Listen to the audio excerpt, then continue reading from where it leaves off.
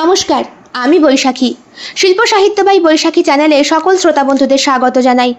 আজ আপনাদের বলবো গল্প নিষিদ্ধ আকর্ষণ। গল্প পাঠ এবং গল্প লেখায় আমি বৈশাখী বিশ্বাস দেবনাথ। গল্পটি প্রাপ্তমনস্ক শ্রোতা বন্ধুদের জন্য। প্রথম থেকে শেষ পর্যন্ত শুনবেন। ভালো লাগলে অবশ্যই লাইক করবেন, কমেন্ট করবেন, শেয়ার করবেন এবং আপনাদের প্রিয় চ্যানেল শিল্প সাহিত্য বাই বৈশাখী সাবস্ক্রাইব করে বেল বাটন প্রেস করে পাশে থাকতে একদম ভুলবেন না। বন্ধুরা, শিল্প সাহিত্য বাই বৈশাখী এখন চলে এসেছে ইউটিউব মিউজিক পডকাস্টে। ইচ্ছে করলে আপনারা সেখান থেকেও গল্প শুনতে পারেন এবং আপনাদের ব্যক্তিগত মতামত আমার সঙ্গে শেয়ার করতে পারেন। আজ আপনাদের বলবো গল্প নিষিদ্ধ আকর্ষণ। গল্প পাঠ এবং গল্প লেখায় আমি বৈশাখী বিশ্বাস দেবনাথ। গল্পটি প্রাপ্তবয়স্ক শ্রোতা বন্ধুদের জন্য। আহা, আস্তে আস্তে উফ লাগলো। প্রচণ্ড খুব ব্যথা করছে। হ্যাঁ, তা আপনি একা একা এতগুলো ব্যাগ নিয়ে কোথায় গিয়েছিলেন? বাজার করতে। ও, আপনাকে তো ঠিক চিনলাম না। আমি নতুন এসেছি এই পাড়ায়। আপনি? আমিও নতুন। দুটো মানুষ একে অপরকে যখন দেখে তখন একটা নিষিদ্ধ আকর্ষণ বোধহয় তৎক্ষণাৎ সৃষ্টি হয়ে যায়। বিশেষ করে দুটো মানুষ যখন প্রাপ্তবয়স্ক হয় এবং হয় সেটা বিপরীত লিঙ্গের। হ্যাঁ, প্রত্যেকের ক্ষেত্রে যে সেই আকর্ষণ নিষিদ্ধ হবে তা নয়, তবে অতি সুন্দরী গৃহিণী এবং অপর কোনো স্বামী পূর্ণতা কখনোই পায় না একটা মানুষ সারা জীবনে। ভালোবেসে বিয়ে করা সত্ত্বেও, কাছে মানুষটিকে পাওয়া সত্ত্বেও মনে হয় যেন অপর মানুষটি তার থেকে ততোধিক বেশি ভালো এবং গুণবান। আর এইটাই অমুকতম নিষিদ্ধ পরকীয়ার আকর্ষণের মধ্যে পড়ে। প্রেম, বিশ্বাসঘাতকতা, সমাজের নিয়মকানুনের মধ্যে লুকোনো জটিলতা, সেটাই তো নিষিদ্ধ।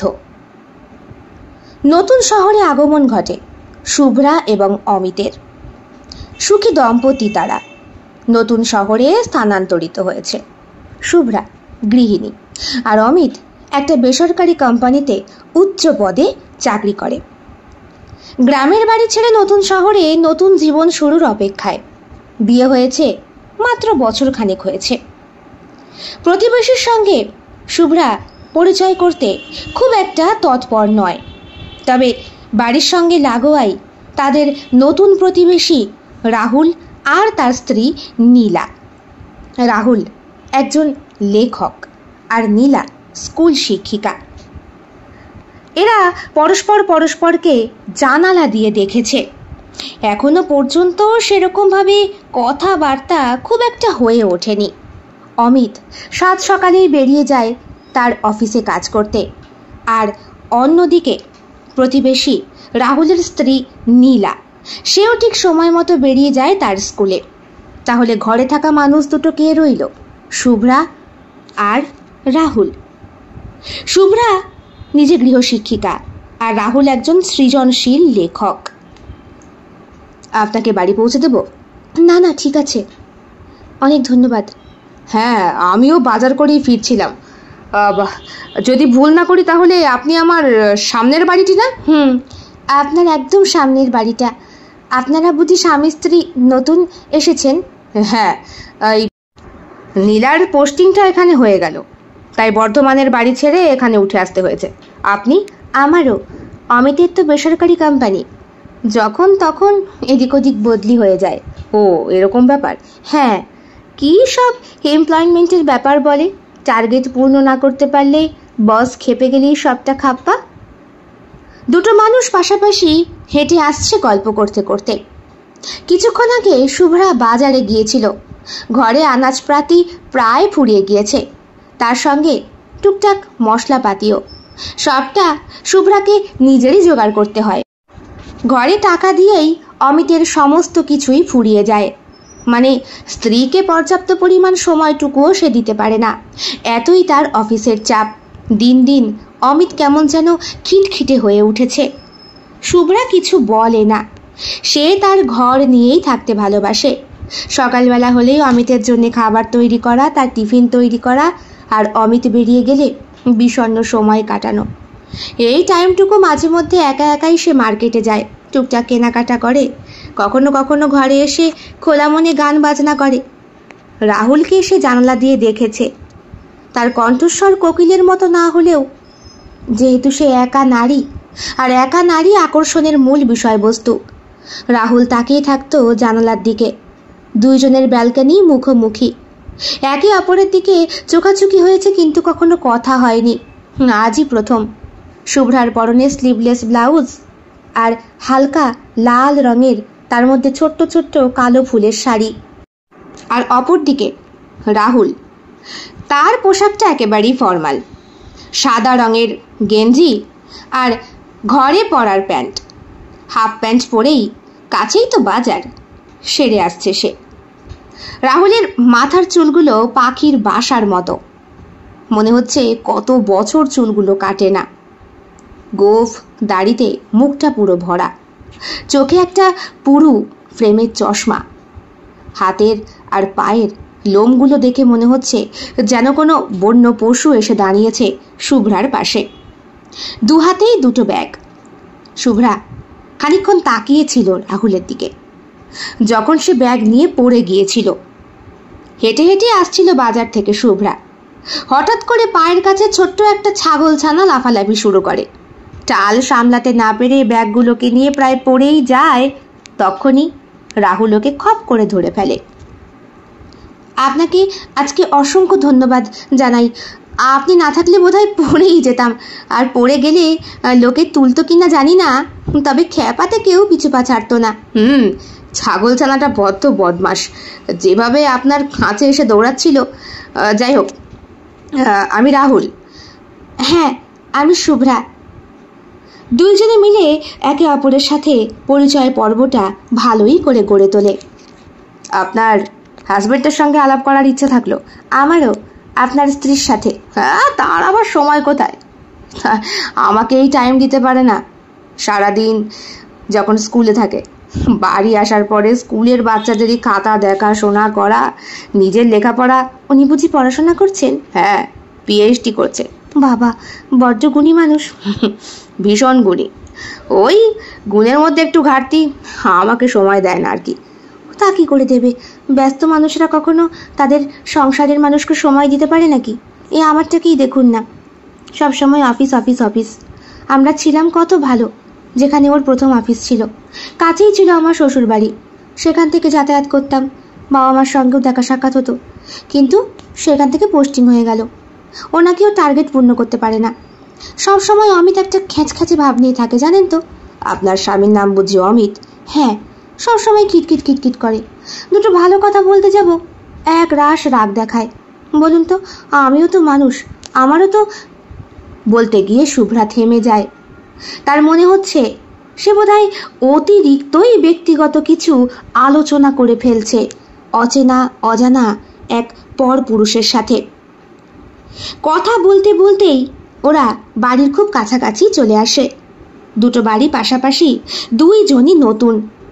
আজকে আলাপের পর্বটা বেশ ভালোই হয়। শুভ্রা স্মিত হাসে, বলে, একদিন আসবেন কিন্তু, চা খাওয়ার আমন্ত্রণ রইল। আপনারও স্বামীকে নিয়ে অবশ্যই আসবেন। অমিতবাবুর সাথে আলাপ করার ইচ্ছে থাকলো। আমি তো বেকার মানুষ, আর লেখকরা বেকারই হয়। সমাজে এদের কোনো মান্যতা নেই। কি যে বলেন! লেখকরা খুব ভালো হয়। লেখকদের কল্পনা বিস্তর, তারা কল্পনার মাধ্যমে অন্য জগৎ ফুটিয়ে তুলতে পারে। আর সেখানে কি?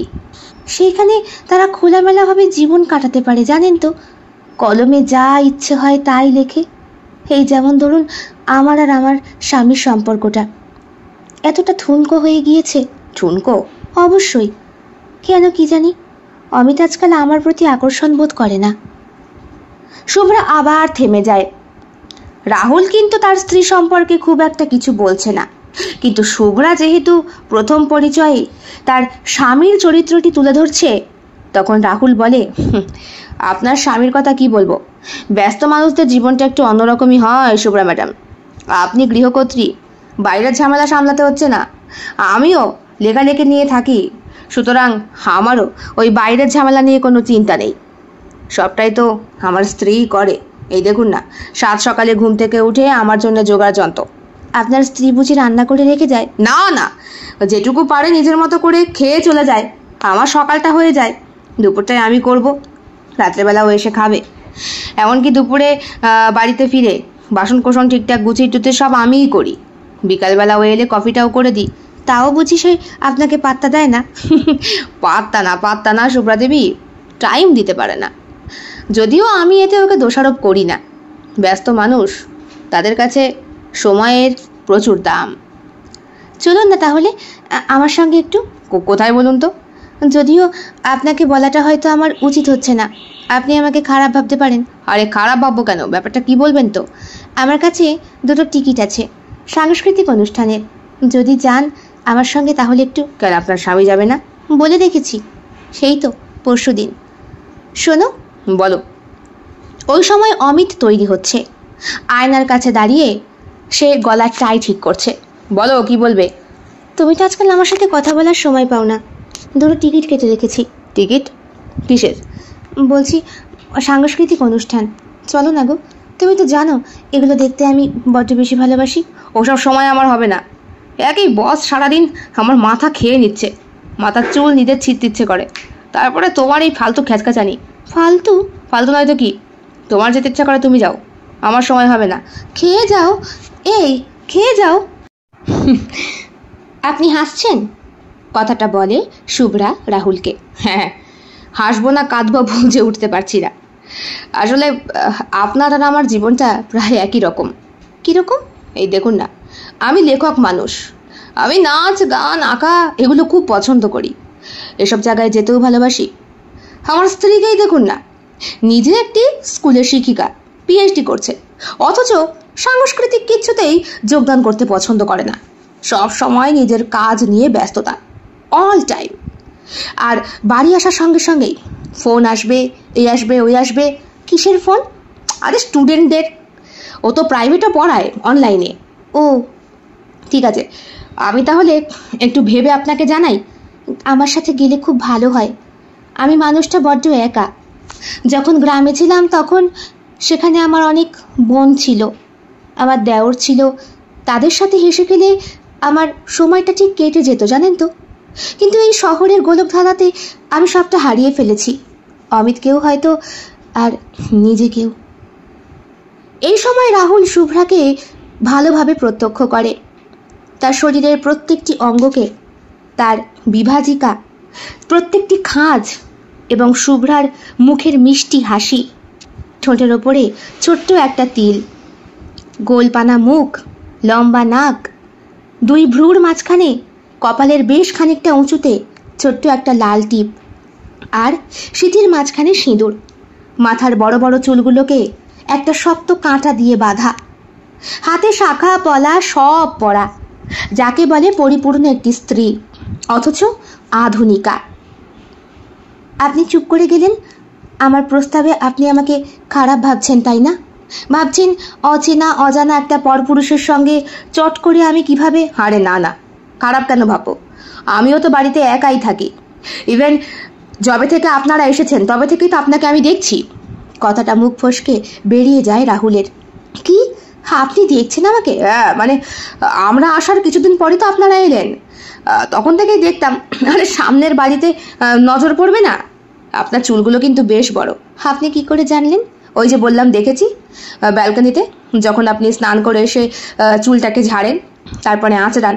শুনুন, ভেজা চুল কিন্তু বেশি আঁচড়াবেন না, ওতে চুলের গোড়ার ক্ষতি হয়। তাই নাকি? আপনারও তো চুল দাড়ি যে কত বড় হয়েছে, কাটের না ক বছর মনে নেই। একটা উপন্যাস লিখছি, আর সময় পাই না সারাদিন, তার উপরে যদিও একটু কথা বলতে চাই তখন। কি বিষয় লিখছেন? প্রেমের বিষয়, দুটো মানুষের প্রেমের বিষয়, নারী আর পুরুষ। সবসময় কি কাছাকাছি থাকলে শরীরটাই বেশি গুরুত্ব পায়, নাকি মনেরও আধিক্য আছে? বাহ, বিষয়টা বেশ ভালো। আপনার বই পড়তে ভালো লাগে?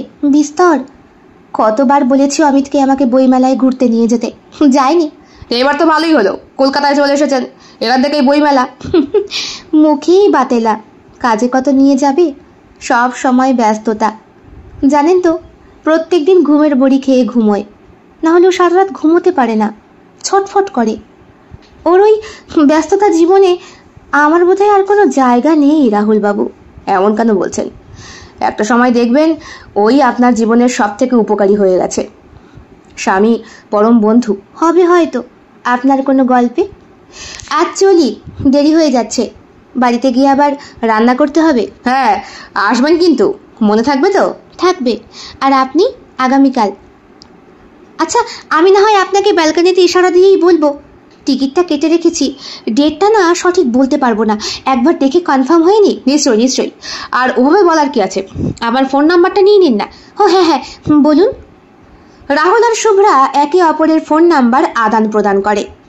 আজকে বহুদিন পর বাড়ির বাইরে বেরিয়ে অচেনা অজানা একটি পুরুষের সাথে আলাপ করে শুভ্রার মনটা ফুরফুরে হয়ে গিয়েছে। বাড়িতে এলেই তো অমিতের সেই এক খ্যাচখ্যাচানি। আসবে, ড্রেস চেঞ্জ করবে, ওয়াশরুম থেকে বেরিয়েই খাবার চাইবে, খাবে, তারপর ব্যালকনিতে বসে মদ খাবে। প্রত্যেক দিন এখন ওর মদ লাগে। এরপরে ঘরে ঢুকে সিগারেট খাবে, ল্যাপটপটা খুলে বসবে, রাগের চোটে মাথার চুল ছিঁড়বে, চশমাটাকে আছাড় মারবে, এবার ঘুমের বড়ি খেয়ে ঘুমিয়ে পড়বে। এটাই তো এখন অমিতের নিত্য জীবনযাত্রা। ভালো লাগে না শুভ্রার। ইচ্ছে করে অমিতের সাথে ঘুরতে যেতে, সিনেমা দেখতে, সাংস্কৃতিক অনুষ্ঠানে যেতে, একসাথে বসে কোনো রজনী যাপন করতে। সেই রাতটা না হয় ঘুম হলো না, তবুও অনেক না বলা কথা সেগুলো তো পূর্ণ হলো। কিন্তু অমিতের মধ্যে সেই চিন্তাভাবনার অস্তিত্বের লেশ মাত্রটুকু এখন আর জীবিত নেই। মানুষটা কেমন নিষ্প্রাণ হয়ে গিয়েছে। ঘরে এসে আজকে শুভ্রার বেশ ফুরফুরে লাগছে। কাপড়টা ছেড়ে এসে স্নান করে নিল, তারপর আরেকটি সুন্দর কাপড় পরল। আলমারিতে তার হাজারো রঙের শাড়ি, কোনটা পরবে সে বুঝে উঠতে পারে না। শাশুড়িমা একবার বিয়ের পরে বলেছিলেন, বৌমা তুমি হলুদ শাড়ি বেশি পরবে, তোমার গৌর বরণে হলুদ রংটা খুব সুন্দর ফোটে। আর সেটা শোনার সঙ্গে সঙ্গে ছোট দেওর বলেছিল, না বৌদি তুমি স্কিন কালারটা পরো, ফর্সা মানুষদের স্কিন কালার আরো বেশি আকর্ষণীয় লাগে। আমার তো তাই লাগে। আর ম্যাচিং করে ব্লাউজ পরবে না, কালো ব্লাউজ পরবে, অথবা ডিপ নীল। দেওরকে খুব ভালোবাসত শুভ্রা, ভাইয়ের মতো দেখত। দেওরও গ্রামের বাড়িতে থাকাকালীন বৌদির জন্য পছন্দ মতো সাজগোজ কিনে নিয়ে আসতো। হ্যাঁ, ওদের মধ্যে কোনো নোংরা সম্পর্ক ছিল না, একটা সুস্থ স্বাভাবিক বৌদি আর দেওরের। সেইটাও এখন আর থাকলো না এই অমিতের কাজের জন্য। প্রথম প্রথম অমিত শহরে এসে একাই থাকতে চেয়েছিল, কিন্তু শ্বশুর মশাই বললেন, না না না না বৌমা, তা হয় না, একেই অমিতের আলসার আছে, তুমি সঙ্গে যাও, বাইরে থাকবে, বাইরের খাবার খাবে, পরে নিজের স্বামীকে আঁচল ছাড়া করলে নিজেই পস্তাবে, কি বলো? শ্বশুর মশাইয়ের কথায় সাই কেটেছিলেন শাশুড়ি মা। উনিও বলেছিলেন, হ্যাঁ হ্যাঁ, তোমার বাবা যা বলছে তাই করো মা, একেই ছেলেটা শহরে গিয়ে রোগা হয়ে গিয়েছে, যখন তোমাকে নিতে এসেছে তখন দুগ্গা দুগ্গা বলে বেরিয়ে পড়ো দেখি। ব্যাস, এরপরে শুভ্রা আর না করতে পারেনি। তবে ছোট দেওরের চোখে জল দেখেছিল, বৌদিকে সে চোখে হারায় যে। আজকে ওই ছোট দেওরের কথা মতোই একটা স্কিন কালারের শাড়ি বার করলো শুভ্রা। শাড়িটা অত্যন্ত পাতলা, পিওর কটনের, পরলে গরমই লাগে না। কালো ব্লাউজটা খুঁজে পাচ্ছে না, কি পরা যায়। না, এর সঙ্গে আজকে না হয় সাদাই পরি, দেখি না অনেক সময় সাদার সাথেও তো মানানসই হয়। স্লিভলেস সাদা ব্লাউজটার সাথে স্কিন কালারের শাড়িটা পরলো সে। গলায় ছোট্ট একটা মঙ্গলসূত্র, কপালে একটু সিঁদুর আর টিপটা জড়িয়ে হাতে তোয়ালেটা নিয়ে ইচ্ছে করেই আজকে ব্যালকনিতে গিয়ে দাঁড়ালো শুভ্রা। অমিত না দেখুক, আরো দুটো নজর আছে যে শুভ্রাকে প্রত্যক্ষ করে। শুভ্রা আজকে সেটা আবিষ্কার করেছে, আর আবিষ্কার করার দরুনই তার শরীরের মধ্যে ফুটে উঠেছে না দেখা জলবিন্দুর ধারা, যেই জলবিন্দু বোধহয় রাহুলের দৃষ্টিপটে পৌঁছে যেতে পারে। ব্যালকনিতে এসে দাঁড়াতেই একটা হাওয়ার ঝাপটা এসে লাগলো শুভ্রার শরীরটায়, সঙ্গে সঙ্গে তার বুকের আঁচলটা খসে পড়ল। ঘরে থাকলে সে আঁচলে পিন করে না, কিন্তু আঁচলটা তুলতে গিয়েই সামনের ব্যালকনিতে চোখ পড়েই শুভ্রা হেসে ফেলে।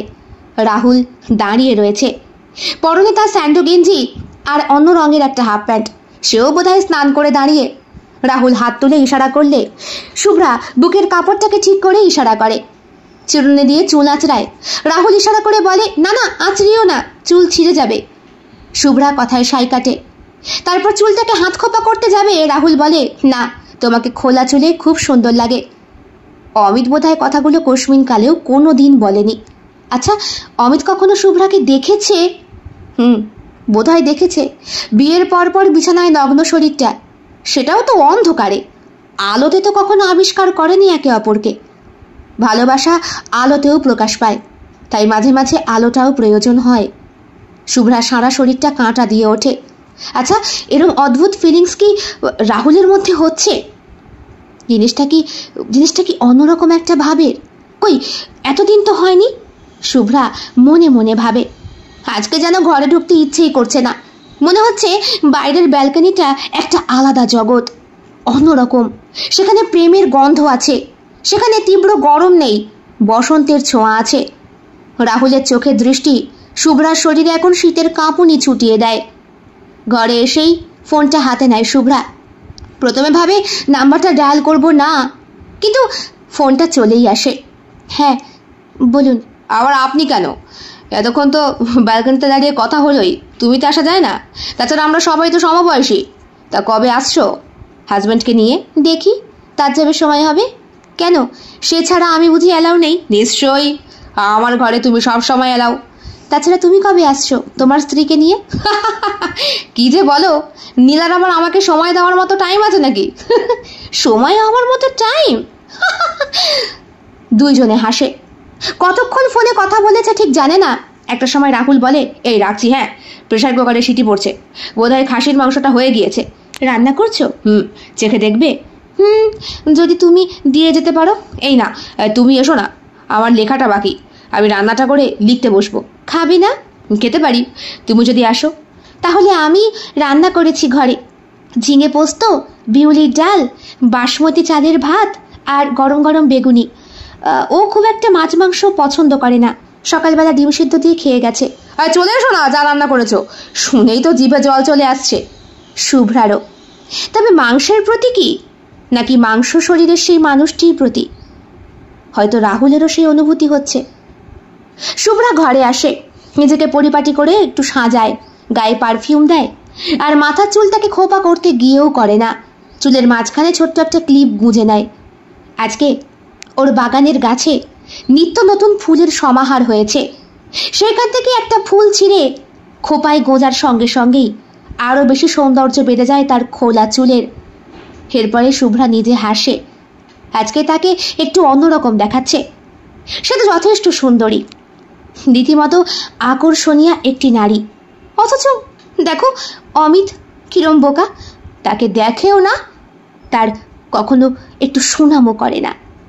টিফিন ক্যারিয়ারে খাবারটা গুছিয়ে নেয় শুভ্রা। ফোনটা হাতে নিয়ে দরজা লক করে বেরোতে যাবে এমন সময়, ওকে বৌমা, কোথায় চললে? এইখানে, এই পাশেই থাকেন আরো একজন বৃদ্ধ বৃদ্ধা, বোধহয় সন্তান হারা, অথবা সন্তানরা দেখে না। খুব একটা কথা হয় না শুভ্রার সাথে। নিজের বাড়িতে তালা মেরে বেরোবে, নিজে স্বাধীন মতো ঘুরবে। তাছাড়া এই বাড়িটা তার কেনা, ছোট্ট পাঁচিল দিয়ে ঘেরা।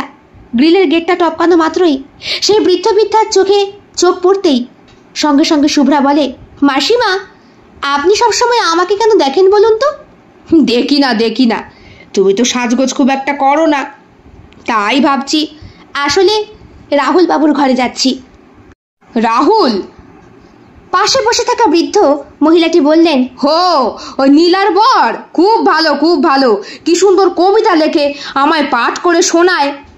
শুভ্রা মনে মনে বলল, যাক, বুড়ো বুড়ি চিনতে পেরেছে। আচ্ছা আসি? হ্যাঁ, এসো এসো। না, ইনারা কিন্তু পেঁচুটে নয়, তবে মাঝে মধ্যে শুভ্রার খোঁজ খবর নেয়। শুভ্রাও নেয়, টুকিটাকি রান্না করলে দেয়। কিছুক্ষণ পর দরজায় কলিং বেল বাজানোর সঙ্গে সঙ্গে রাহুল দরজা খুলে। এ কি, চলে এসেছো? হ্যাঁ, তুমি তো বললে। এ বাবা, তুমি সবসময় স্যান্ডো গেঞ্জি পরে থাকো, জামা পরো না? ইস, একদম ভুলে গিয়েছি। রাহুল দৌড়িয়ে যায় এবং জামাটা গায়ে জড়িয়ে আসে। এসো এসো, ভেতরে এসো। হ্যাঁ, ভালো গন্ধ বেরিয়েছে, কিন্তু আমি কিন্তু মাটন খেতে খুব ভালোবাসি। তাই? নীলা খুব একটা পছন্দ করে না, তাও আজকে রান্না করলাম, দেখি যদি বাড়ি এসে খায়। ও, তোমার স্ত্রীর তো আবার আসার সময় হয়ে গেল না? তাহলে আমি যাই। এ বাবা, তুমি যাবে কেন? বসো, ও এখন আসবে না, এখন স্কুল থেকে বেরোবে, ট্রেনে উঠবে, তারপরে ওর বন্ধু আছে না, বান্ধবী, তাদের সাথে ক্যাফেটেরিয়াতে খানিকক্ষণ সময় কাটিয়ে বাড়ি ফিরবে। ও, তা ওই সময়টা তো তোমার সাথেই কাটাতে পারে। সেই সৌভাগ্য তো আমার হয়নি শুভ্রা দেবী। এসো এসো, বসো। খাবারটা বাড়ি? হ্যাঁ, খুব খিদে পেয়েছে। আজ অনেক দিন পর শুভ্রা আর রাহুল পাশাপাশি বসে ভাত খায়। ভালোই কিন্তু রান্না করো, ঝিঙে পোস্তটা খুব ভালো। ভালো হয়েছে। অমিতকে কত খাওয়ানোর চেষ্টা করি জানো, অমিত খায় না। তাই? আমার কিন্তু আমার বিউলির ডাল, ঝিঙে পোস্ত, বেগুনি এগুলো খুব প্রিয় খাবার। তাহলে মাঝে মধ্যে রান্না করলে তোমায় যদি দিই, তোমার স্ত্রীর কোনো আপত্তি হবে না তো? তার আবার দেখার সময় আছে নাকি তার স্বামী কি খাচ্ছে? সে নিজেই কি খায় জানে না, আসে দুটো রান্না করে দিয়ে খেয়ে শুয়ে পড়ে, তার আবার সময় আছে? কতক্ষণ জানে না ওরা গল্প করে। খেয়ে দিয়ে উঠে আজ আর শোয়া হয় না। বিকেলের দিকে ফোন আসে শুভ্রার। হ্যাঁ বলো। কি ব্যাপার, বাড়িতে তালা ঝুলছে? এই পাশের বৃদ্ধা বলল তুমি কার বাড়িতে গেছো। ও, আমি এক্ষুনি আসছি, এই তো আমি আসি। হ্যাঁ, ও চলে এসেছে। তা ভালো তো, ওকে তো ডেকে নিলেই পারতে। না না, ওকে কিছু বলার দরকার নেই। আচ্ছা ঠিক আছে, তাহলে না হয় নাই বলো। শুভ্রাও কেমন চুপ মেরে গেল, রাহুলও চুপ মেরে গেল। অমিত এলেই বা কি এমন ক্ষতি ছিল? নাকি প্রথম দিনের পরিচয়ে দুটো মানুষের মধ্যে নিষিদ্ধ আকর্ষণ তৈরি হয়ে গিয়েছে? শুভ্রা হাঁপাতে হাঁপাতে ফেরে। ইস, ব্যাগটা টিফিন ক্যারিয়ারটা আনতেছি ভুলে গেলাম। এবার থাক থাক থাক, ওকে না হয় বলবো না, ব্যাপারটা চেপে যাই। এই তো আমি, বলো। কোথায় গিয়েছিলে?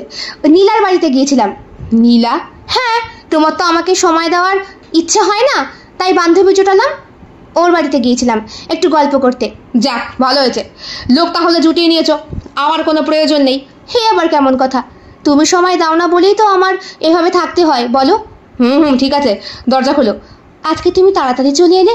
আরে ফাইল ফেলে গিয়েছিলাম, বসের কাছে উদ্যম ছাড় খেয়েছি। এখন সারা রাত জেগে জেগে সেটা আমার কমপ্লিট করতে হবে, কালকেই জমা দিতে হবে। আর শোনো, কদিনের জন্য আমি দিল্লি যাচ্ছি। দিল্লি? আবার?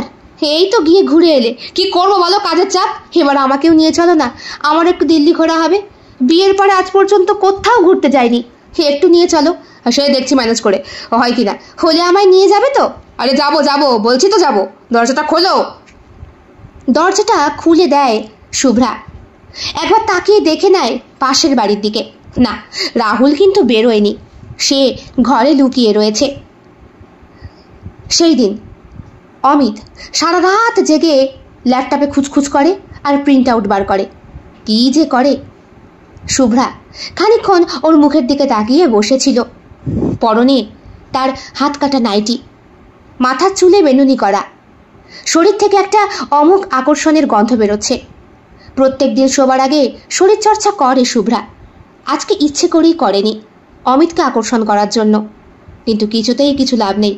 এ যেন বুড়িয়ে গিয়েছে, শরীরে ভালোবাসা বলে কিচ্ছু নেই। শুয়ে পড়বো? হ্যাঁ তো শুয়ে পড়ো, জিজ্ঞেস করার কি আছে? না মানে, লজ্জা করে শুভ্রার বলতে।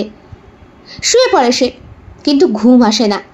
মাথায় আসে রাহুলের কথাটা। আচ্ছা, রাহুল এখন কি করছে? কি গো, তোমার হলো? আরে বাবা না, এক তো মটন খাওয়ালে, সারা রাত পেটে এখন আমার প্রবলেম হবে। তোমায় বলেছি সব আমার জন্য রান্না করবে না ছাইপাস। কি যে বলো, দুপুরবেলা পুড়ে তোমার জন্য বাজার করে নিয়ে আসি, হাত পুড়িয়ে রান্না করে খাওয়াই। তোমার কত বড় ভাগ্য, তোমার বর তোমায় খাওয়ায়। নিকুচি করেছে ওরকম ভাগ্যের, এ থেকে বাইরে খেয়ে আসা অনেক বেটার। শুয়ে পড়ো তো, আমার খাতা দেখা বাকি আছে। তারপরে গ্যাস হয়ে গিয়েছে, এখন আমি কোথায় যে একটু গ্যাসের ওষুধ পাই। রাহুলও শুয়ে পড়ে। দুটো মানুষের মন একে অপরকে টানছে, আর মন টানা মানেই শরীরী আকর্ষণের প্রথম ধাপ। পরের দিন সাত সকালে উঠে অমিত অফিসে বেরিয়ে যায়। ফোন করেনি শুভ্রাকে আজকে সে, বোধহয় টাইমই পায়নি। বসের কাছে ঝাড়গুতো খেতে খেতে অমিত শেষ হয়ে যাচ্ছে।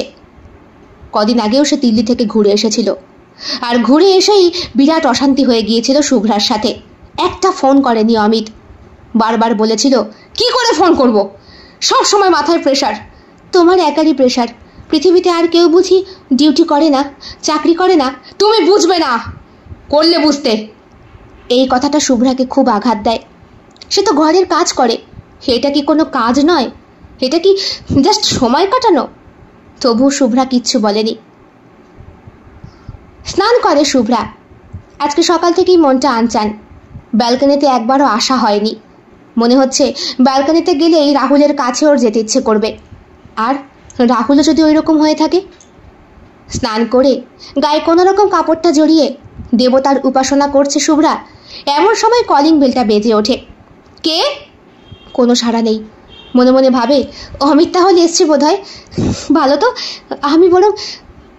ওই অবস্থাতেই শুভ্রা দরজা খোলে। তার শরীরে তখন শাড়িটা সামান্যভাবে পেঁচানো, ভেতরে অন্তর্বাসটা নেই। পুজোটা দিয়ে তারপর সে নিজেকে পরিপাটি করে গোছায়। হে কি তুমি? দরজাটা সামান্য খুলেই শুভ্রা লজ্জিত।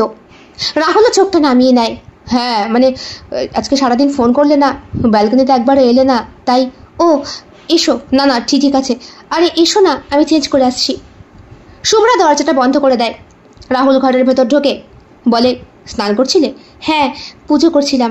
তুমি পুজোও করো? হ্যাঁ আমি গোপালের পুজো করি। কেন? না, নীলা ওইসব পছন্দ করে না, একদমই না। আমাদের ঘরে কোনো দেবতা নেই। তাই তো দেখলাম কালকে। ও, তুমি তোমার বেডরুমে যাওনি? তাতে কি হয়েছে? মেয়ে মানুষের নজর মশাই, একবার গেলে সবটা দেখে নেয়। হ্যাঁ হ্যাঁ, এইটা অবশ্য ঠিক কথা। এই তো সেই দিন নীলা কোন এক বান্ধবীর সাথে ফোনে কথা বলছিল। কথা বলতে বলতে চট করে ওর হাতের নোয়া পাতানোর দিকে নজর চলে গেল। ভাবতে পারো, ভিডিও কলে। সালা আমরা তো চোখেই দেখবো না। এই জন্যই তো বলি মেয়ে মানুষের চোখ। শুভ্রা নিজের বেডরুম থেকে কথা বলছে রাহুলের সাথে। রাহুল ড্রয়িং রুমে বসা। রাহুলের চোখটা কিন্তু শুভ্রার বেডরুমেই। দরজাটা সামান্য ফাঁক, আর সেইখান থেকে রাহুল ভালোই দেখতে পাচ্ছে শুভ্রার শরীরটাকে। শুভ্রা একে একে অন্তর্বাসগুলো পড়তে শুরু করেছে এবং গায়ে কাপড়টা জড়াচ্ছে। কতদিন সে নারী শরীর দেখে না, এতদিন পর দেখে সমস্ত শরীরটায় কাঁটা দিয়ে ওঠে রাহুলের। তা হঠাৎ করে তুমি? আজকেও কি রান্না করে এনেছো? না না, আর খাসি রান্না করি? যা খেয়েছি কালকে ঝাড়। তোমার রাত কেমন কাটলো? প্রশ্নটা একটু বিভ্রান্তিমূলক না? তাও করে ফেলে রাহুল। শুভ্রা বলে আর কি, রাতভর কাজ করলো, সকালবেলা বেরিয়ে গেল। ওর নাকি আবার দিল্লি যাওয়া আছে। তবে এবার আমি বায়না করেছি রাহুল, বলেছি আমাকে নিয়ে যেতে।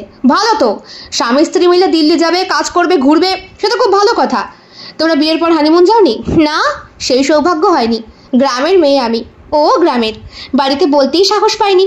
কিন্তু এখন তো তোমরা মুক্ত বিহঙ্গ, কপত কপতি, উড়ে বেড়াতেই পারো।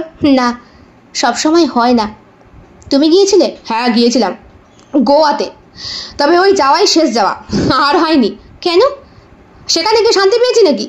অল টাইম নীলা শুধু ফোন আর ফোন। এই স্কুলের শিক্ষক, ওই কোন বান্ধবী, সেখানে গিয়ে ভালো করে ঘুরতেই পারিনি। বেশ খানিকক্ষণ কথাবার্তা বলে। শুভ্রা বলে তোমাকে বলা হয়নি বলো টিকিটটার কথা? দাঁড়াও। হাতে ফোনটা নিয়ে দেখে এবং বলে হে বাবা, শো তো আজকেই। কখন? 5টা। ইস, দেরি হয়ে গেল। তাহলে বাড়ি যাই, গিয়ে তৈরি হয়ে আসি। কিন্তু খাওয়া দাওয়াটা খেয়ে গেলে হতো না? না না না না না, একেই কালকের মাংস রয়েছে, ওই দিয়ে আমি খেয়ে নিই। আর তুমিও চট করে কিছু খেয়ে তৈরি হয়ে নাও, তারপর আমরা মিট করছি বাস স্ট্যান্ডে। হ্যাঁ ওটাই ভালো। এই পাশের বাড়ির বৃদ্ধ বৃদ্ধা বড্ড বেশি উৎপাত করে, তাই না? হ্যাঁ, দেখে মনে হয় যেন জাসুসগিরি করছে, তাই না? বলে হাসে ওরা। ঠিক 5টার সময় তৈরি হয়ে শুভ্রা ঘর থেকে বেরোয়। ফোন করেছিল সে অমিতকে। অমিত তাকে পাল্টা হোয়াটসঅ্যাপ করে জানিয়েছে ফিরতে দেরি হবে, কমসে কম 11টা বাজবে। তুমি খেয়ে দিয়ে শুয়ে পড়ো, আর দিল্লি যেতে হবে না, এখানকার কাজ এখানেই মিটে গিয়েছে। তবে আজকে আমার ফিরতে দেরি হবে, মিটিংটা সেরে তারপরে ফিরবো। একটা ভয়েস মেসেজ। শুভ্রা একটা স্মাইলি পাঠিয়েছে, কিন্তু সেটা দেখার সময় হয়নি অমিতের। শুভ্রা ওইসব নিয়ে আর দুঃখ টুক্ষ করে না, বলেই গিয়েছে। বাহ, তোমাকে কিন্তু খুব সুন্দর লাগছে। কথাটা বলে রাহুল। নীলাম্বরী শাড়িতে নিজেকে সাজিয়েছে শুভ্রা। পরনে তার সাদা রঙের ব্লাউজ, তার মধ্যে ছোট্ট ছোট্ট পুঁতি বসানো নীল রঙের। নীল শাড়িতে নীল রঙের টিপে শাঁখা পলা থাকতেও হাতে কাঁচের চুড়ি, মানানসই লাগছে কিন্তু শুভ্রাকে। শুভ্রা পাল্টা বলে তোমাকেও বেশ ভালো লাগছে। হ্যাঁ, কোইন্সিডেন্টলি আমাদের গায়ের পোশাকটা কেমন ম্যাচিং হয়ে গিয়েছে না? আমিও তো তাই ভাবছি। অথচ আমরা কিন্তু কোনো প্ল্যান করিনি। জানো, আমি অমিতকে বলতাম আমার ম্যাচিং করা শাড়ির সঙ্গে তুমি শার্ট কেনো, কিছুতেই রাজি হয় না। বলে ওই রকম লোকটাকে ব্যক্তিত্বহীন হয়। তাই বলে? হ্যাঁ। আর তোমারটা? না না, আমারটা আবার ম্যাচিং করে কেনে, কিন্তু তার পরে বেরোনোর সময় হয় না, ওই আলমারিতেই পচে মরে। বাস চলে আসে। দুইজনই বাসে ওঠে। প্রচণ্ড ভিড়, আর শেষ বাস। এই সময় যদি এই বাসটা না ধরতে পারে তাহলে ফিরতে সময় দেরি হয়ে যাবে, আর অনুষ্ঠানেও ঠিক টাইমে পৌঁছানো হবে না। বাসে উঠতে গিয়েই ধাক্কা লাগে শুভ্রার রাহুলের শরীরের সাথে। এই প্রথম রাহুলের বুকের সঙ্গে শুভ্রার বুকটা একে অপরের এত কাছাকাছি চলে আসে যে শুভ্রা ভীষণ লজ্জিত হয়। তার সঙ্গে সঙ্গে রাহুলও। তুমি আমার দিকে মুখ ঘুরিয়েই থাকো আর বাসার দিকে পেছন দিয়ে থাকো, লোক কিন্তু খুব একটা ভালো নয়। ঠিক আছে। বাসে প্রচণ্ড ভিড়, আর এই ভিড়ের মধ্যে কুকর্ম করতেও সময় লাগে না। কিছু কিছু বয়স্ক ব্যক্তি আছে, আবার কিছু কিছু চ্যাংড়া ছেলে যারা এই মুহূর্তে মেয়েদেরকে একা পেলে তাদের শরীরটাকে দলাই মলাই করতে পছন্দ করে। শুভ্রা যে একটু অস্বস্তি বোধ করছে বুঝতে পারে রাহুল।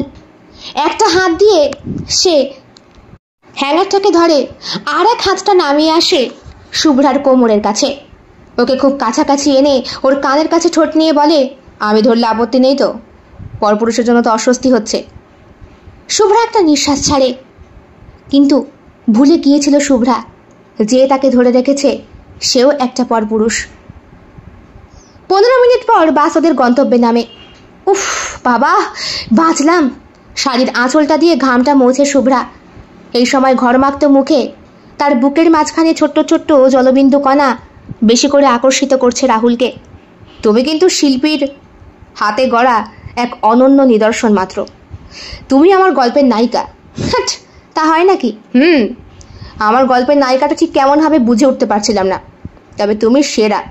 তোমাকে দিয়েই লিখব। আমাকে বাদ দিয়ে নিজের স্ত্রীকে নিয়ে লেখো। আরে দূর, ও আবার নায়িকা হওয়ার যোগ্য নাকি? সব সময় ব্যস্ততা, একটু কথাই বলে না। এরপরে দুইজনে মিলে হলে ঢোকে। আজকের অনুষ্ঠান ব্যাপক জমে গিয়েছিল। হলে ঢোকার আগে ওরা পর্যাপ্ত পরিমাণ খাবার নিয়ে ঢুকেছে। প্রোগ্রাম শেষ হতে হতে বাজে রাত 8টা। ভালোই হলো, চলো এখন না হয় কিছু খাওয়া দাওয়া করে ফেরা যাক। অমিত ফিরতে ফিরতে 11টা বাজাবে। আমাকে বলেছে খেয়ে দিয়ে শুয়ে পড়তে। ওর জন্য দুটো সিদ্ধ ভাত করে রাখবো খুনি। তাছাড়া তুমি তোমার স্ত্রীকে? হ্যাঁ, সে আমাকে হোয়াটসঅ্যাপ করেছে, জানিয়েছে সে আজকে কিটি পার্টিতে যাবে। তার কাছে ডুপ্লিকেট চাবি থাকে। তোমায় নিয়ে চিন্তা করে না তুমি কোথায় থাকছো না থাকছো। আরে না, ও জানে আমি লেখক মানুষ। লেখা নিয়ে বোধহয় কোনো প্রকাশনী সংস্থায় গিয়ে বসে রয়েছি হাপিত্তেশ করে। হ্যাঁ, আমার লেখাটা ছাপাও, লেখাটা ছাপাও। তোমার বিরক্তি লাগে না? লাগে, কি করবো বলো? স্ত্রী তো, ফেলতে পারবো না। অনুষ্ঠান করে 7 পাকে বেঁধে ওকে বিয়ে করেছি 7 জন্মের জন্য। আচ্ছা, তুমি 7 জন্মকে বিশ্বাস করো রাহুল? তোমার মনে হয় না এই পার্থিব জগতে কোনো কিছুই নিজের নয়, আবার কোনো কিছুই চিরস্থায়ী নয়? যদি সঠিক মানুষ পাওয়া যায় তাহলে পদস্খলন হতেই পারে। আকাশটা মেঘে ভর্তি ছিল।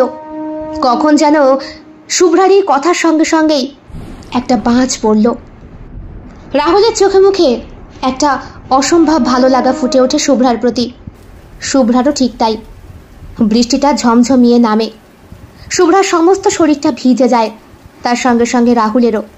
ইস, তুমি তো একদম ভিজে গিয়েছ। চলো কোথাও গিয়ে দাঁড়ানো যাক। কোথায় দাঁড়াবো? দাঁড়ানোর জায়গাটা কোথায় আছে? গরিব ঘরের মেয়ে আমি। অমিত আমাকে বিয়ে করলো দেখে শুনে।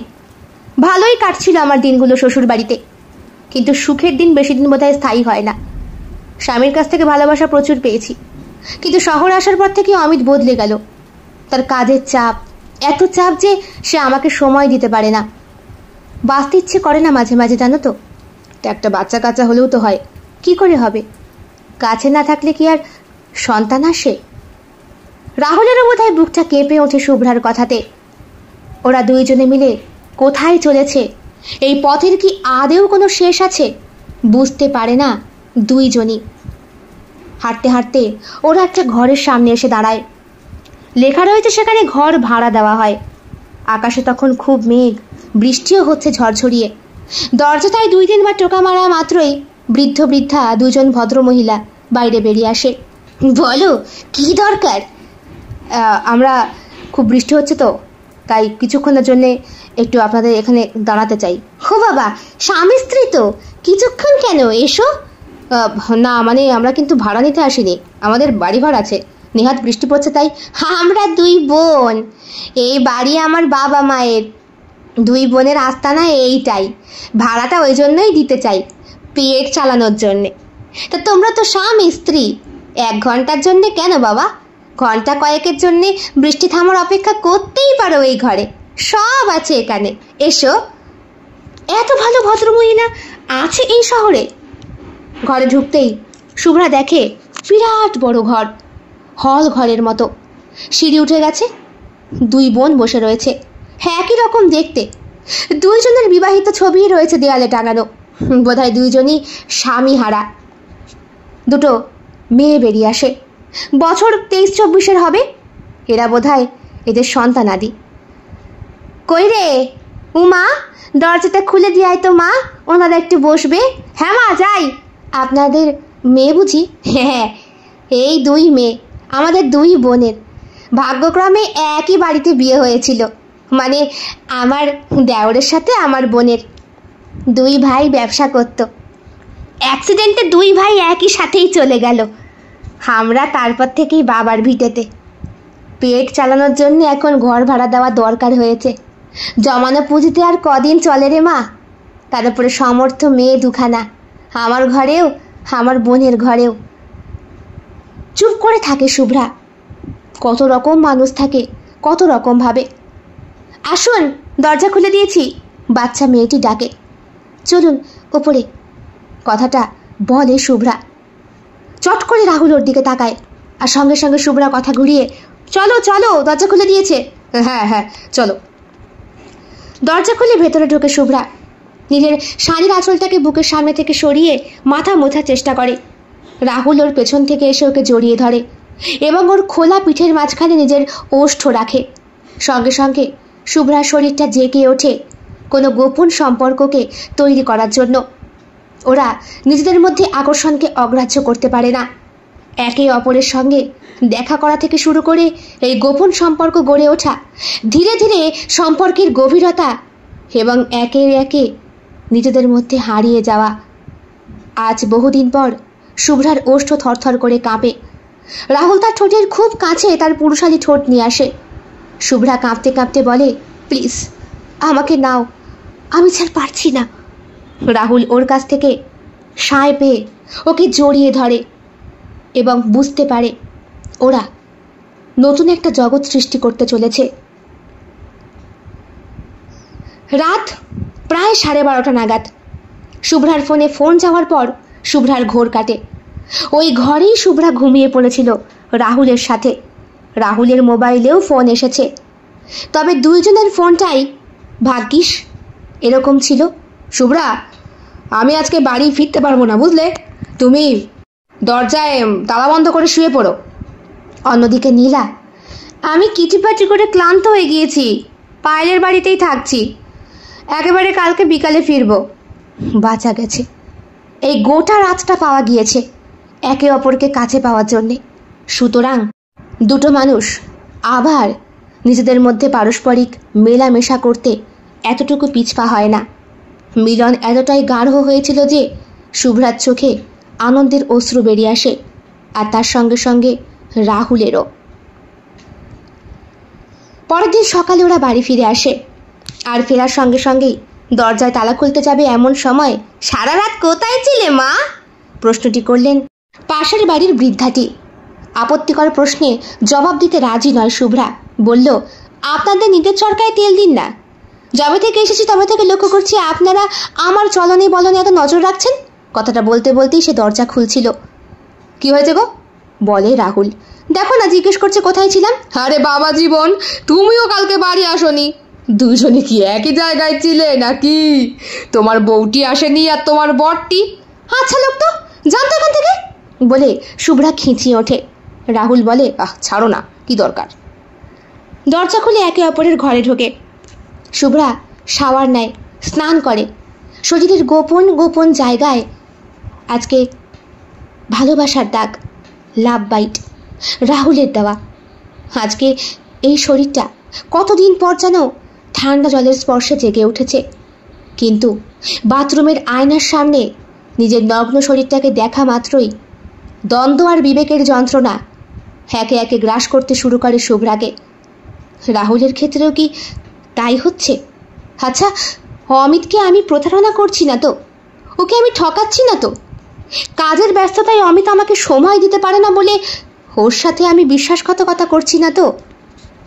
রাহুলও ঘরে এসেছে। সেও একই রকমভাবে স্নান করে ঘরে ঢুকেছে এবং টেবিলের ওপরে পড়ে থাকা এলোমেলো বাচ্চাগুলোর খাতা, সেখানে রয়েছে নীলার ব্যবহার করা জামা কাপড়। সে এতটুকু সময় দিতে পারে না রাহুলকে, কিন্তু রাহুলের লেখার কাজে সাহায্য করে নীলা। ওর জন্যে কত লোককে খুঁজে বেরিয়েছে বই ছাপানোর। এদিক থেকে নীলা গৃহিণী হিসাবে সত্যিই খুব ভালো, কিন্তু নিজের কাজের চাপে একটু সময় দিতে পারে না বলে মনে হচ্ছে না শুভ্রার সাথে সম্পর্কটা করে ঠকাচ্ছে সে নীলাকে? আচ্ছা, এইটা কি বিবেকের দ্বন্দ্ব, যন্ত্রণা? তারা বুঝতে পারে যে তারা নিজেদের সঙ্গীকে প্রতারণা করছে এবং এই সম্পর্ক তাদের জীবনে একটা অন্ধকার অধ্যায় হয়ে উঠতে পারে। ওদের মনের ভেতরে দ্বন্দ্ব আর যন্ত্রণা ক্রমশ বাড়তে শুরু করে। আর অন্যদিকে নিষিদ্ধ আকর্ষণ, সব মিলিয়ে একটা অদ্ভুত টানাপোড়েনের মধ্যে দিয়ে শুভ্রা আর রাহুল চলে যাচ্ছে তাদের জীবন নিয়ে। অমিত বাড়ি আসে, সে তার মতো তার জীবন নিয়ে। নীলাও বাড়ি আসে, কিন্তু এদের চোখে পড়ে না শুভ্রা আর রাহুলের মধ্যে যে কতটা পরিবর্তন হয়ে গিয়েছে। আমার মনে হয় আমাদের সম্পর্কটা এখানে ইতি টানা উচিত। ক্যাফেটেরিয়ায় আজকে দেখা করে শুভ্রা রাহুলের সাথে দিন 7 পর। এই 7 দিন ব্যালকনিতে একদম যায়নি শুভ্রা। গেলেই রাহুলের প্রতি আকর্ষণটা সে কিছুতেই দমিয়ে রাখতে পারবে না। তবে রাহুল এসেছে, তার চোখ দুটো শুভ্রাকে খুঁজেছে। সে বহুবার ফোন করেছে, হোয়াটসঅ্যাপ করেছে, কিন্তু শুভ্রা সেটা রিসিভ করতে সাহস পায়নি। না না, রাহুলের শরীরটা ওকে এখন আকর্ষণ করে। অমিতের ভালোবাসাটাকে ভুলে যাচ্ছে সে। কি করে ভুলবে?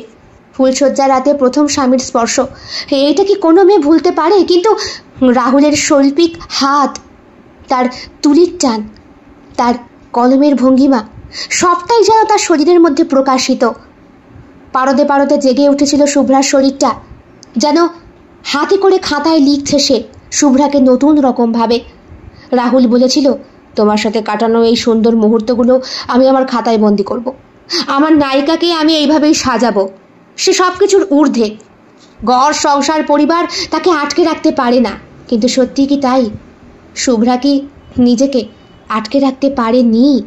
নাকি আজকে ইচ্ছাকৃতই এই বাঁধভাঙা উল্লাসে সে নিজেকে ধরা দিতে চেয়েছে? কেন বলছো এরকম কথা?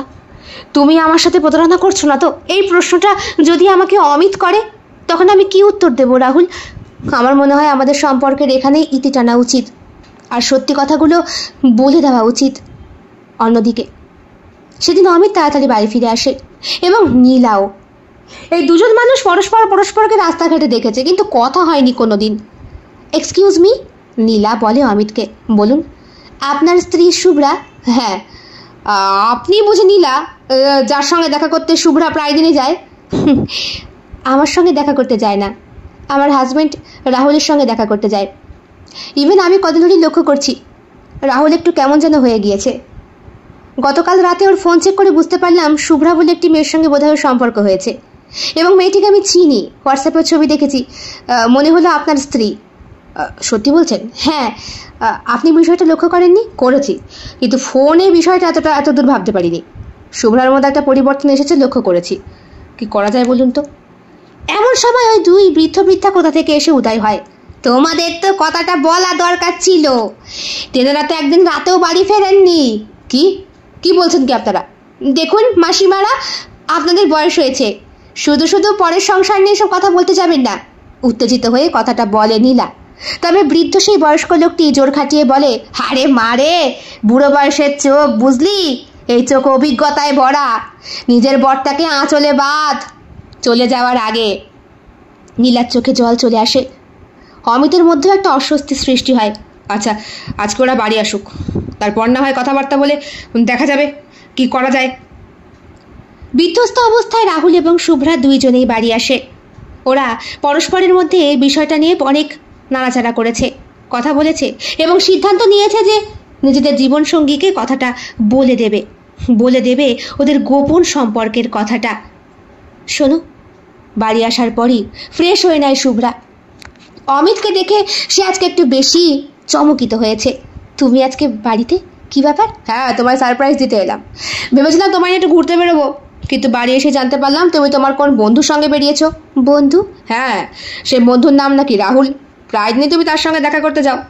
আর রাহুলের বউ নীলার সঙ্গে আজকে আমার পরিচয় হয়েছে। খুব ভালো মেয়ে, শিক্ষিকা। আর আমাদের ওই মাসিমা আর মেশো, ওই পাশের বাড়ির বৃদ্ধ বৃদ্ধা, তেনারাও বললেন তোমরা নাকি। শুভ্রা জড়িয়ে ধরে অমিতকে, কাঁদতে কাঁদতে বলে, আমি ভুল করেছি, অনেক বড় ভুল করেছি, আমায় ক্ষমা করে দাও। আমি তোমার সাথে অভিমান করে তুমি আমায় সময় দিতে পারো না, তাই। কান্না করছো কেন? কি হয়েছে আমায় বলবে তো? অপরদিকে, এ কি তুমি আজকে সকাল সকাল? হ্যাঁ গো, আজকে আর কিটি পার্টি নেই, খাতা দেখাও নেই। তোমার উপন্যাস কত দূর শুরু হলো? গল্পের নায়িকাকে পেয়েছো? তার চরিত্র লিখেছ? তার শরীরের গঠন, তার বুকের ভাঁজ, তার গোপন তিল তুমি কি করে জানলে? না মানে আজকে অমিতবাবুর সঙ্গে দেখা হয়েছিল, ওনার স্ত্রী শুভ্রার সঙ্গে তোমার তো ভালো বন্ধুত্ব হয়েছে। তারপরে ওই মাসিমা মেশো ওনারাও বলছিলেন তোমরা নাকি একে অপরের সাথে বেশ ভালো সময় কাটাচ্ছ, তাই। আমায় ক্ষমা করে দাও নীলা, আমায় ক্ষমা করে দাও। তুমি আমাকে সময় দিতে পারো না, তাই আমি পরস্ত্রীর প্রতি আকর্ষিত হয়ে। ক্ষমা? আজকে আমি না বললে তুমি ক্ষমা চাইতে? নীলা জিজ্ঞেস করে। আমি নিজের কাজে ব্যস্ত থাকতাম, তুমিও তো পারতে আমাকে জড়িয়ে ধরে বলতে যে তোমাকে সময় দিতে। আমি ভুল করছি। অন্যদিকে অমিত বলে, তুমি পারতে না বলো আমার বুকের ওপর ঝাঁপিয়ে পড়তে, আমার সামনে থেকে আমার ল্যাপটপটাকে সরিয়ে দিয়ে, আমার ফোনটাকে সরিয়ে দিয়ে আমাকে জড়িয়ে ধরতে? পারতে না? আমি কি তোমার স্পর্শে কখনো সাড়া না দিয়ে থাকতে পেরেছি শুভ্রা? শুভ্রা চুপ করে তাকিয়ে থাকে অমিতের চোখে। তুমি বলো, রাতে ঘুমিয়ে পড়তাম, তুমি যে আমার বুকের ওপরে হাত রাখতে আমার ঘুমটা কখন যেন ভেঙে যেত। আমার তোমাকে কাছে পেতে ইচ্ছে করে, কথায় কথায় ইচ্ছে করে, কিন্তু তুমিও তো আমাকে সেইভাবে। ভুল হয়ে গেছে, আর হবে না, ক্ষমা করে দাও, ক্ষমা করে দাও। চারটে মানুষের পৃথিবী অন্যরকম হয়ে যায়। কদিন পরই নীলা আর রাহুল ওই বাড়িটা বিক্রি করে দিয়ে চলে যায়। অন্যদিকে শুভ্রা আর অমিত জানায়, শোনো, আমার অফিসের কাছেই একটা ফ্ল্যাট আছে, ওইটাকেই কিনে নিই, এটাকে বিক্রি করে দিই। বেশ বড় ফ্ল্যাট, ইচ্ছে করলে বাবা মা এসে থাকতে পারবে, তোমায় সময় দিতে পারবে। আর আমিও চাইছি তোমারও যদি একটা কাজবাজ। না গো, আমার চাকরি করে লাভ নেই, আমি সংসার করতেই এসছি তোমার সঙ্গে। তাছাড়া তুমি তো ইনকাম করছো, অত টাকা দিয়ে কি হবে? কি হবে মানে? টাকা লাগবে না? এরপরে আমাদের ছেলেপিলে হবে। কথাটা শুভ্রার পেটের ওপরে হাত দিয়ে বলে অমিত। বলো, হবে তো? নিশ্চয়ই হবে। শুভ্রা, অমিত, রাহুল ও নীলা নিজেদের সম্পর্ককে পুনর্গঠন করার চেষ্টা করে এবং নতুনভাবে জীবনটাকে সূচনা করতে শুরু করে। শুভ্রা এবং রাহুল নিজেদের জীবনের অধ্যায় থেকে শিক্ষা গ্রহণ করে এবং নিজেদের সম্পর্ককে নতুনভাবে বেঁচে থাকার জন্য জীবনের মানে খুঁজে পায়। তারা বুঝতে পারে জীবনের প্রত্যেকটি সম্পর্কই একটি গুরুত্বপূর্ণ শিক্ষা এবং প্রত্যেকটি ভুলই জীবনে একটি নতুন অধ্যায়ের সূচনা। কেমন লেগেছে আজকের নিবেদন? অবশ্যই কমেন্ট বক্সে কমেন্ট করে জানাতে একদম ভুলবেন না। ভালো লাগলে লাইক করবেন, শেয়ার করবেন এবং শিল্প সাহিত্য বাই বৈশাখী চ্যানেলটি সাবস্ক্রাইব করে বেল বাটন প্রেস করতে একদম ভুলবেন না। বন্ধুরা, আপনাদের সাহায্য এবং সহযোগিতা আমার কাছে অত্যন্ত গুরুত্বপূর্ণ। আপনারা সকলে খুব ভালো থাকবেন, সুস্থ থাকবেন, ঈশ্বরের কাছে এটাই প্রার্থনা করি। দেখা হবে খুব শিগগিরই আরও একটি নতুন স্বাদের ভিন্ন আঙ্গিকের গল্পের সঙ্গে। অবশ্যই গল্প পাঠ এবং লেখনীতে আমি বৈশাখী বিশ্বাস দেবনাথ। দেখা হচ্ছে খুব শিগগিরই। ভালো থাকবেন সবাই। নমস্কার।